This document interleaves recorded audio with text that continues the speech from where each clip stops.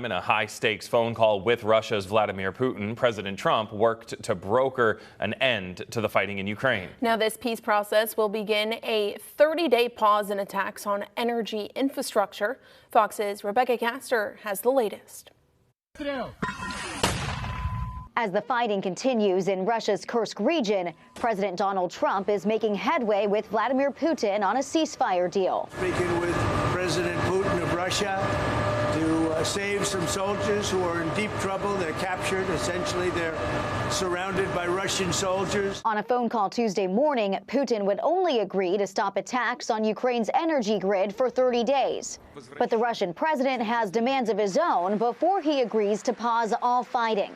He says Ukraine must not mobilize or train soldiers during this time or receive foreign aid. You've had a 3-year-long, very difficult war, and of course, both sides are going to try to seek the maximum of what they can after having gone through that. As a, quote, gesture of goodwill, Russia says it will hand over 23 seriously wounded soldiers to Kyiv.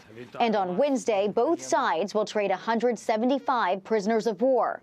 Following the call, President Trump posted on Truth Social that the peace process is now in full force and effect, and we will hopefully, for the sake of humanity, get the job done. Despite the progress, at least one lawmaker is skeptical about who will ultimately benefit in further negotiations.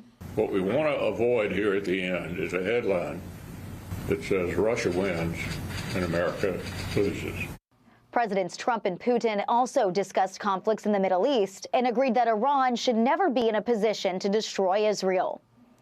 In Washington, Rebecca Castor, Fox News.